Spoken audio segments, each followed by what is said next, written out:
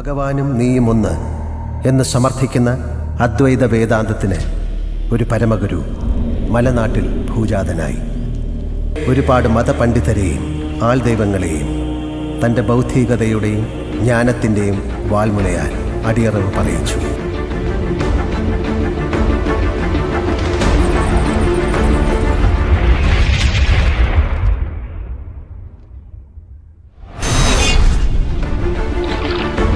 തിരുമലൈ കോട്ടയുടെ കവാടം വരെ ഞാൻ എന്തിനെത്തിയോ?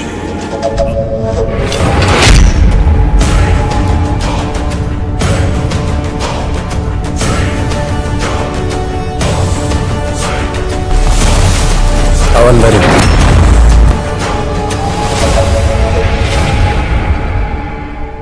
പേടി എനിക്കുണ്ട്.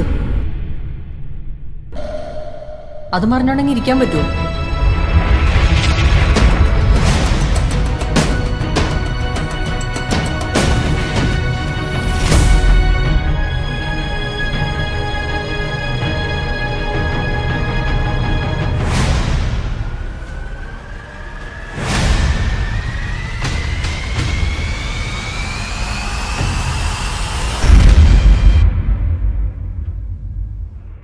നിന്നോട് മാപ്പ് ചോദിക്കാൻ ഞാൻ വന്നത്.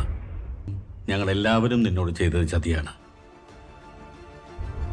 നാളെ നീ ജയിച്ച 19 കൊല്ലത്തെ ചരിത്രം എനക്ക് തിരുത്താം. ഇനി തോറ്റ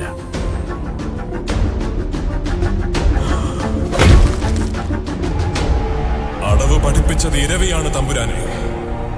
നായ്ക്കരുടെ പടയിൽ ആൺബലം ഇനിയുമുണ്ടെങ്കിൽ കൽപ്പിച്ചു ഞാൻ കാളിയൻ.